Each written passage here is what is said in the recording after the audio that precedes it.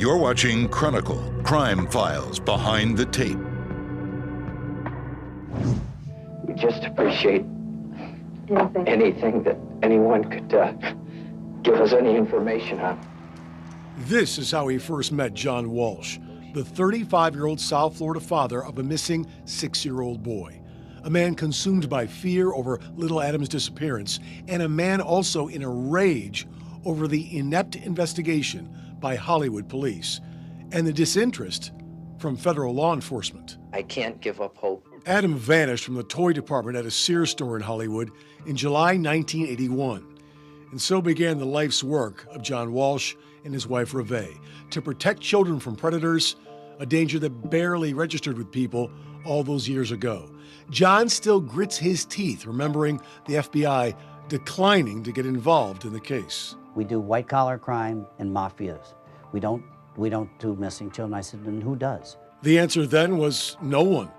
There were no comprehensive files on missing children or child abductions, no computer network on these crimes against children, and the idea of a stranger snatching and murdering a child barely registered with people, including John Walsh, until a friend made him see the truth. We had to call every coroner in the state of Florida, and I said, what? He said, in case Adam's dead. And I said, no, he isn't dead. And he said, do you know there's no system, no file, no organization, no exchange of information on unidentified dead? So if Adam's in a morgue in Tallahassee or Jacksonville somewhere, they might bury him in an unmarked grave.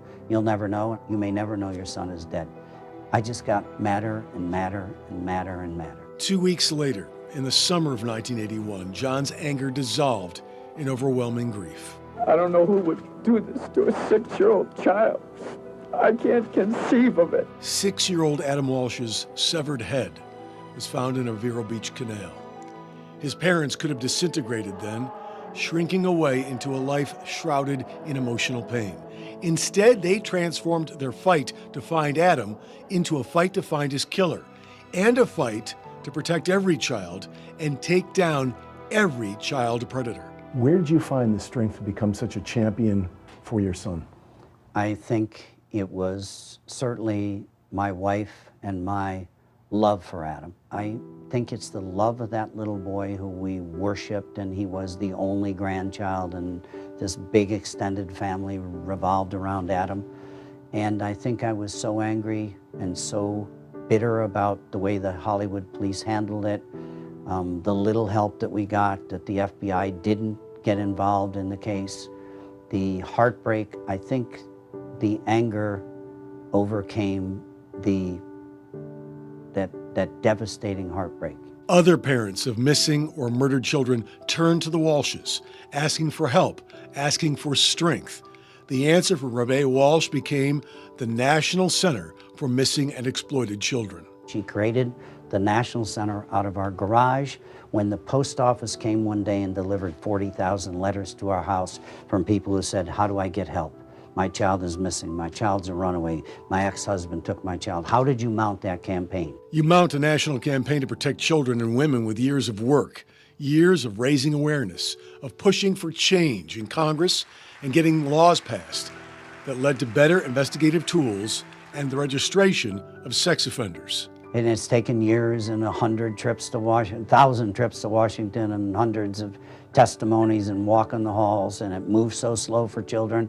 But a lot has changed. We have the center, we have Amber Alerts, we have social media. I'm John Walsh, and at the top of the hour, she was kidnapped but left this diary behind. We also got a reality TV show called America's Most Wanted. John Walsh could never have known when he was approached to do that show in 1987 how much it would transform crime fighting and social awareness of the very worst crimes over the next quarter century. It took 27 years for police to finally solve Adam's murder. Even though key evidence was lost, police finally named Otis E. Toole, a drifter and convicted serial killer who once confessed and then recanted before dying in prison as the murderer. That Adam Walsh case isn't, it ain't true. What isn't true? Tell me what. I didn't do that case. But John Walsh didn't stop fighting for innocent victims when that happened, and he won't stop now. for the richest, most powerful country in the world, we still don't do enough to protect our children and our women. My goal would be that every police agency's #1 priority is the exploitation of children, to prevent it. As John mentioned, one of those ways is the Amber Alert system. It began in Dallas-Fort Worth in 1996, when broadcasters teamed up with local police to develop an early warning system to help find abducted children. Amber stands for America's Missing Broadcast Emergency Response. The acronym was created as a legacy to 9-year-old Amber Hagerman, who was kidnapped while riding her bike in Arlington, Texas, and then murdered. All 50 states, the District of Columbia, Puerto Rico, and the U.S. Virgin Islands have Amber Alert plans now. You can sign up for the alerts to be sent directly to your cell phone. There's no getaway. It was done on foot. Ahead, the trail of evidence washed away after a close-knit retirement community becomes a target for criminal minds. On Chronicle, Crime Files Behind the Tape.